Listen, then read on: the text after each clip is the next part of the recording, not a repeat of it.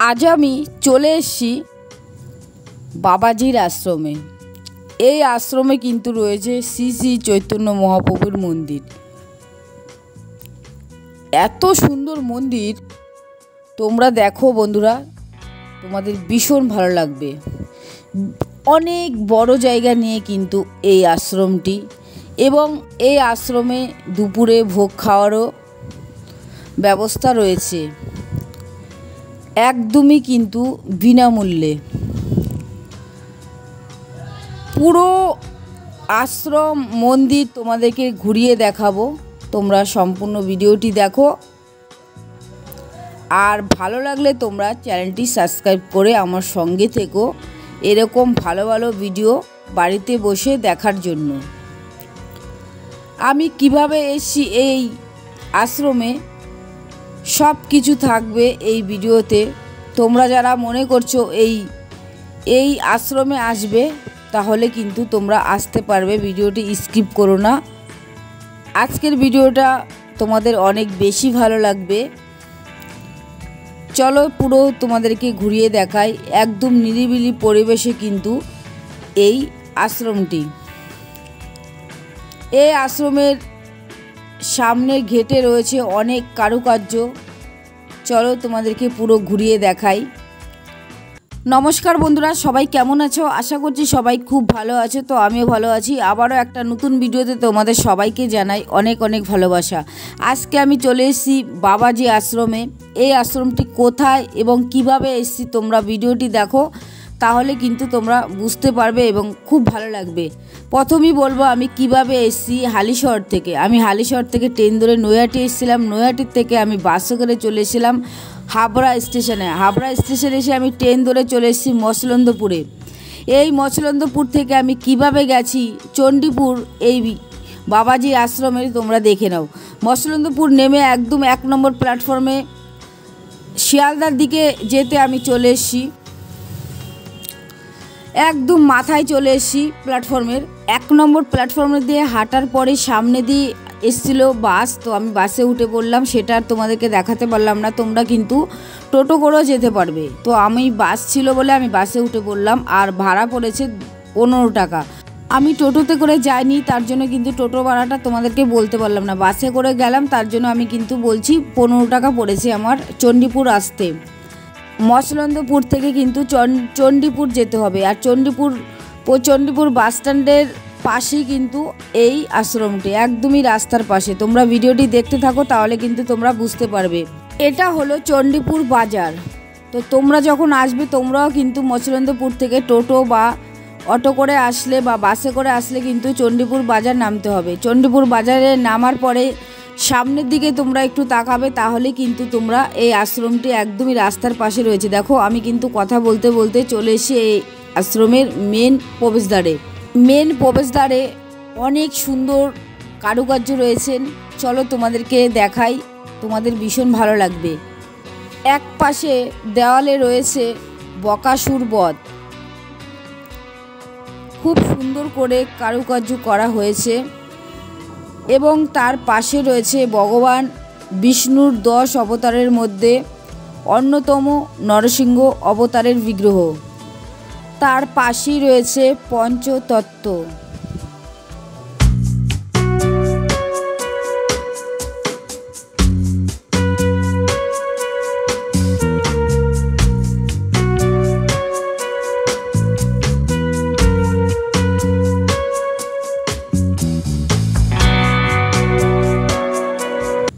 এতক্ষণ বাঁদিকের দেওয়ালের কারুকার্য তোমাদেরকে দেখালাম।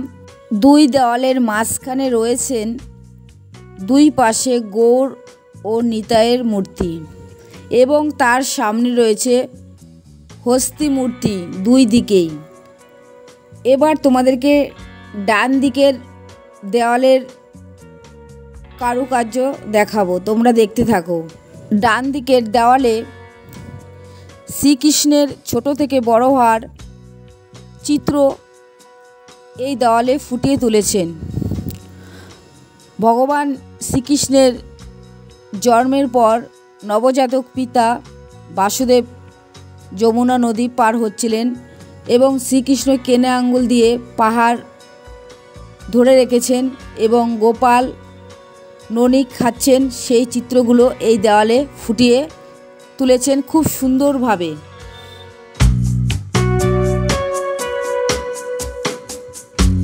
এতক্ষণ তোমাদেরকে এই আশ্রমের মূল প্রবেশদ্বারের সামনে যে সুন্দর কারুকার্য রয়েছেন সেগুলো তোমাদেরকে দেখালাম। এবার আমি এই মূল প্রবেশদ্বারে দিয়ে ভেতরে ঢুকছি, তোমাদেরকে পুরো আশ্রম ঘুরিয়ে দেখাবো, তোমরা দেখতে থাকো। কয়েকদিন আগে এখানে অনুষ্ঠান হয়েছে, তার জন্য কিন্তু এখানে ভাস রয়েছে। আর কয়েকদিন পরে এখানে কিন্তু রথ হবে, তখন কিন্তু এখানে প্রচুর ভক্তের ভিড় হবে। অনেক দূর দূর থেকে এখানে ভক্তরা আসেন। আশ্রমে ঢুকেই সামনেই রয়েছে বিশাল বড় জায়গা নিয়ে নাট মন্দির। চলো তোমাদেরকে নাট মন্দির ঘুরিয়ে দেখাই। এই আশ্রমে যখন অনুষ্ঠান হয় তখন কিন্তু এই নাট মন্দিরে ভক্তের খুব ভিড় থাকে। আজকে কোনো অনুষ্ঠান নেই বলে কিন্তু আজকে নাট মন্দির পুরোই ফাঁকা। কয়েকদিন পরেই কিন্তু রথ, তখন কিন্তু এখানে প্রচুর ভক্তের ভিড় হবে। নাট মন্দিরের সামনেই রয়েছে মূল মন্দির। চলো তোমাদেরকে মূল মন্দির ঘুরিয়ে দেখাই। এই মূল মন্দিরের পাশে কিন্তু আরও ছোট ছোট মন্দির রয়েছে, তোমাদেরকে সব মন্দির ঘুরিয়ে দেখাবো। এটা হচ্ছে জগন্নাথ দেবের মন্দির। চলো তোমাদেরকে পুরো ঘুরিয়ে দেখাই। বন্ধুরা, তোমাদের ভীষণ ভালো লাগবে। রথের জন্য কিন্তু এই মন্দিরে কাজ হচ্ছে, তার জন্য কিন্তু আমি ভেতরে ভিডিও করিনি। তো আমাকে বারণ করেছিলেন যে এখানে এখন ভিডিও করো না, তো যেহেতু এখন কাজ হচ্ছে তার জন্য আমি ভিডিও করিনি। এই জগন্নাথের মন্দিরের পাশেই কিন্তু রয়েছে, দেখো এটা হলো আচ্চনানন্দ ব্রহ্মচারীর মূর্তি রয়েছে এখানে, এবং এখানে কিন্তু প্রত্যেক দিন কিন্তু দীক্ষাও দেওয়া হয়।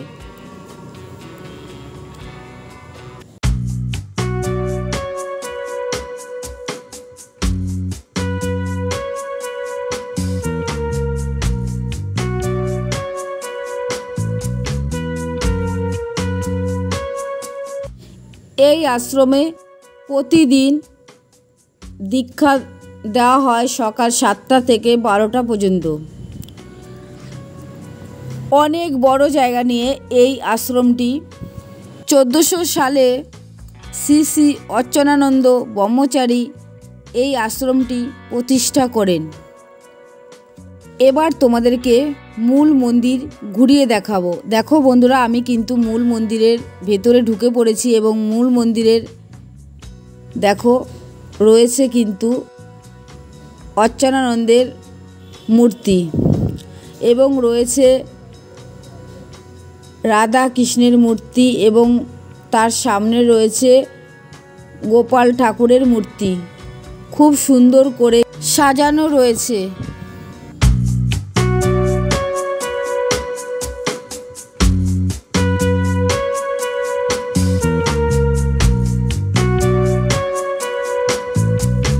এই প্রধান মন্দিরের চারিদিকে কিন্তু রয়েছে বসার জায়গা। চলো তোমাদেরকে ঘুরিয়ে দেখাই।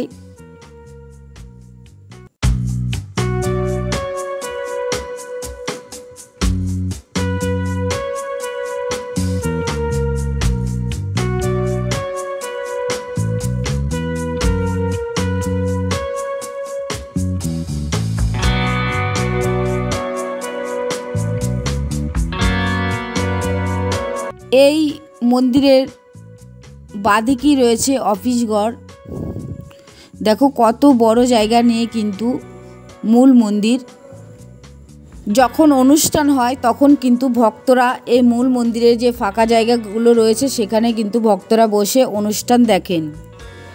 এটাই হলো মূল মন্দিরের প্রবেশদ্বার। দেখো খুব সুন্দর করে কিন্তু সাজানো রয়েছে এবং এই মূল মন্দিরের সামনেই রয়েছে বিশাল বড় নাট মন্দির। দেখো এই নাট মন্দিরের দেওয়ালে কিন্তু খুব সুন্দর সুন্দর ভালো ভালো কথা লেখা রয়েছে।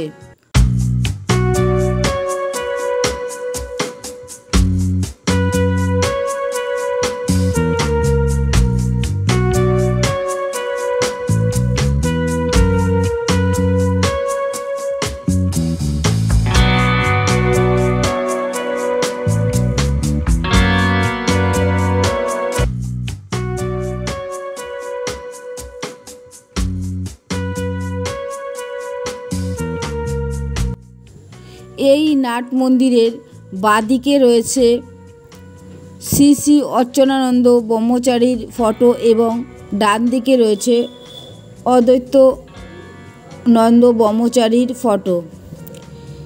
একদমই নাট মন্দিরে ঢুকতেই রয়েছে। নাট মন্দিরের এক পাশে একটা কাঁঠাল গাছ রয়েছে, আর কাঁঠাল গাছে দেখো কত কাঁঠাল হয়েছে, দেখতে খুব ভালো লাগছে। মূল মন্দিরের পেছনে অনেক বড় জায়গা রয়েছে। যখন অনুষ্ঠান হয় এই আশ্রমে তখন কিন্তু এখানে ভক্তদেরকে বসিয়ে ভোগ খাওয়ানো হয়। চলো তোমাদেরকে একটু ঘুরিয়ে দেখাই।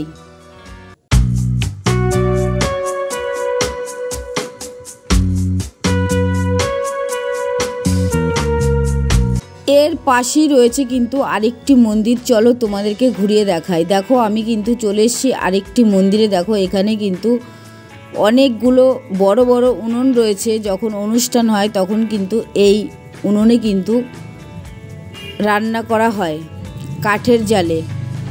পাশের একজন আমাকে বলছিলেন যে কয়েকদিন আগেই কিন্তু এখানে অনুষ্ঠান হয়ে গেছে। অনুষ্ঠানের সময় কিন্তু পুরো ভোগের রান্নাটা কিন্তু এই কাঠের জালে রান্না করা হয়। এবং এই মন্দিরের সামনে যে দেখতে পাচ্ছ ফাঁকা জায়গাগুলো, এখানে কিন্তু আরও অনেক মন্দির হবে, তো সেই কাজই চলছে এখন। দেখো পুরো কিন্তু এখানে কাঠ রাখা হয়েছে, কাঠের রান্না হয়। আর দেখো এই মন্দিরটাও কিন্তু অনেক বড় জায়গা নিয়ে, ক্যামেরাতে এত বড় আসছে না। চলো তোমাদেরকে এই মন্দিরটা ঘুরিয়ে দেখাই, তোমাদের ভীষণ ভালো লাগবে। দেখো এই মন্দিরের সামনে কিন্তু রয়েছে নাট মন্দির এবং লেখা রয়েছে চারিদিকে হরে কৃষ্ণ হরে কৃষ্ণ হরে রাম। খুব সুন্দর। দেখো চলো তোমাদেরকে এই মন্দিরের চারপাশটা ঘুরিয়ে দেখাই, তোমাদের খুব ভালো লাগবে। কলকাতার খুব কাছেই রয়েছেন এই আশ্রমটি। তোমরা একদিন আসতে পারো, তোমাদের খুব ভালো লাগবে। এখানে আসলে তোমাদের যেতেই ইচ্ছা করবে না, এত সুন্দর একটি জায়গা। গ্রাম্য পরিবেশের মধ্যে এই আশ্রমটি, চারিদিকে সবুজে ঘেরা, খুব সুন্দর। তোমরা না আসলে বুঝতে পারবে না, ক্যামেরাতে এত ভালো আসছে না। যখন তোমরা সামনে এসে দেখবে তখন তোমাদের বাড়ি যেতে ইচ্ছা করবে না এই আশ্রম থেকে। তোমরা যদি এসে এই আশ্রমে থাকতে চাও তাহলে কিন্তু অফিসে যোগাযোগ করতে হবে, তাহলে কিন্তু তোমরা থাকতে পারবে।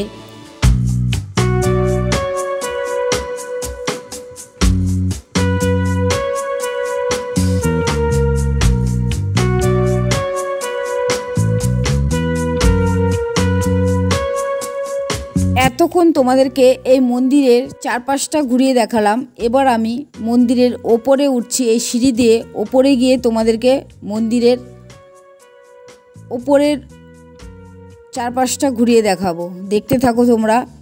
এটি হচ্ছে আরেকটি মন্দির কিন্তু। চলো এই মন্দিরের নাম কি তোমাদেরকে দেখাই, তাহলে তোমরা বুঝতে পারবে।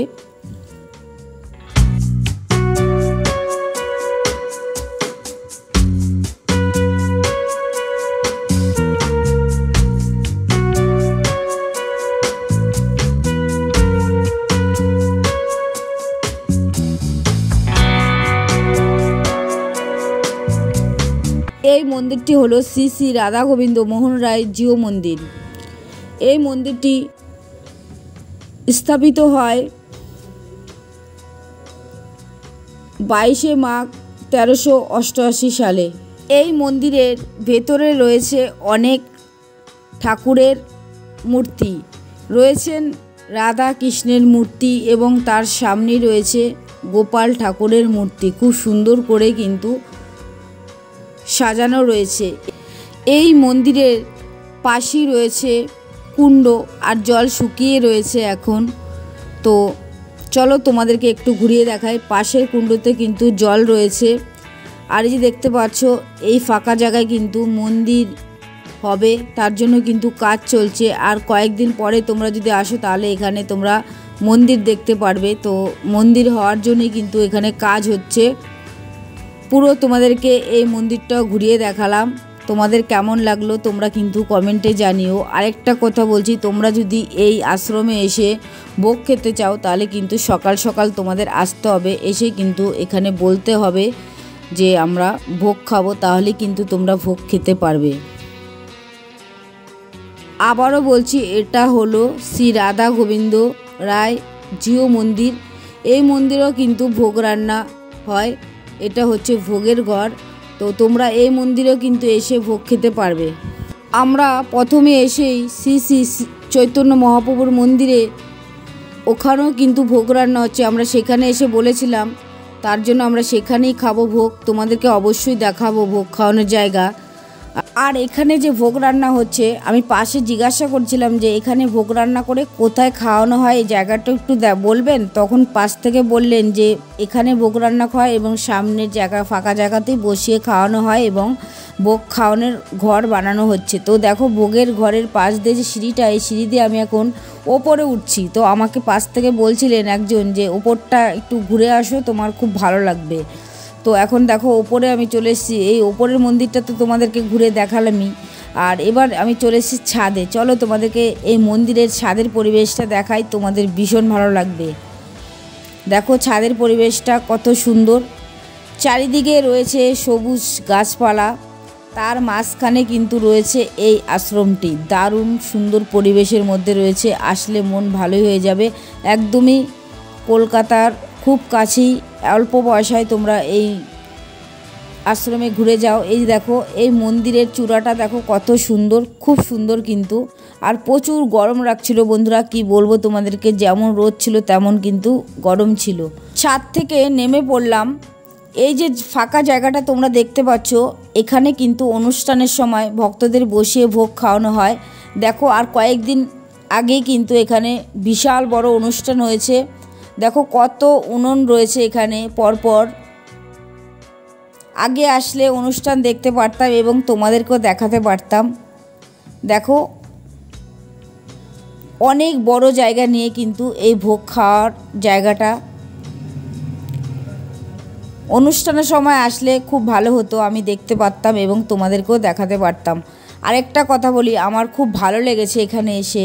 এখন খাওয়ার টাইম হয়ে গেছে, তো আমাকে পাশ থেকে ডাকছিলেন যে এসো মা ভোগ খাবে। মানে কি বলবো, আত্মীয়র বাড়িতে গেলে যেরকম টাইম হয়ে গেলে বলে খেতে খেতে আসো, ঠিক এখানে আসার পরও কিন্তু সেইভাবেই বলছিল যে খেতে বসো, এরকম বলছিল। আমার এই ব্যাপারটা ভীষণ ভালো লেগেছে। আর দেখো ভোগ খাওয়ার জায়গাটা কত বড়। আরেকটা কথা বলি বন্ধুরা, তোমরা কে কে চণ্ডীপুর থেকে এই ভিডিওটা দেখছো কমেন্টে জানিও। অনেক বড় জায়গা নিয়ে কিন্তু এই আশ্রমটি, ভীষণই সুন্দর। আমার তো খুব ভালো লেগেছে, তোমাদের কেমন লাগলো কমেন্টে জানিও। এবার আমি চলে এসেছি ভোগ খাওয়ার জায়গায়। এই ঘরটি হলো নিরামিষ ভোজী। এই ঘরটিতে কিন্তু সবাই প্রবেশ করতে পারবে না, এখানে যারা থাকেন তারাই মাত্র শুধু প্রবেশ করে। পাশেই রয়েছে বসে খাওয়ার জায়গা, সেই জায়গায় আমরা বসে পড়লাম। বসার পরেই আমাদেরকে থালা দিয়ে দিলেন, তারপরে চলে আসলো গরম গরম ভাত, তারপরে দিল আমাদেরকে কচু বাটা এবং মোচার ঘন্ট। কি বলবো বন্ধুরা তোমাদেরকে, কচু বাটাটা আমার খুব ভালো লেগেছিল এবং মোচার ঘন্টটা আমার খুব ভালো লেগেছিল, দুটোই আমার খুব ভালো লেগেছিল। কচু বাটা দিয়ে আর এই আশ্রমেরই গাছের লেবু দিয়ে ভাত মেখে খাচ্ছিলাম, খুব ভালো লেগেছিল। কচু বাটাটা সত্যি খুব ভালো লেগেছে আমার, তো খুব তৃপ্তি নিয়ে আমি খাচ্ছি কচু বাটা এবং মোচার ঘন্ট দিয়ে। খাওয়ার পরে চলে আসলো আমার এখানকার মূল মন্দিরের প্রসাদ, অন্নপ্রসাদ। তো অন্নপ্রসাদটা খেয়ে নিলাম। খাওয়ার পরে চলে আসলো একদম মুগ ডাল দিয়ে লেবু দিয়ে, তো আমার খেতে খুবই ভালো লাগে। তো ডাল দিয়ে মেখে লেবু নিয়ে খাচ্ছিলাম, খুব ভালো লেগেছে। আর ডালটা সত্যি ভীষণ ভালো হয়েছিল। এখানকার প্রত্যেকটা রান্না আমার ভীষণ ভালো লেগেছে। তারপরে দিয়ে দিল একটা কচুর তরকারি, মান কচুর তরকারি। এত ভালো লাগছিল না, মুখে কোনো লাগছিলই না, খুব ভালো খেয়েছি। কচুর তরকারির পরে চলে আসলো শশার তরকারি। তো খুব সুন্দরভাবে খেয়ে নিলাম। এই বাবাজি আশ্রমে ভক্তদের জন্য বিনামূল্যে দুপুরের ভোগ খাওয়ানো হয়। আমি কিছু টাকা প্রণামী হিসাবে দিয়েছিলাম। এখানে কোনো কুপনের ব্যবস্থা নেই। তোমরা সকাল সকাল এসে বলবে যে ভোগ খাবো, তাহলেই কিন্তু ভোগ তোমরা খেতে পারবে। মচলন্দপুরের বাবাজি আশ্রমের ভিডিওটি তোমাদের কেমন লাগলো তোমরা কিন্তু কমেন্টে জানিও।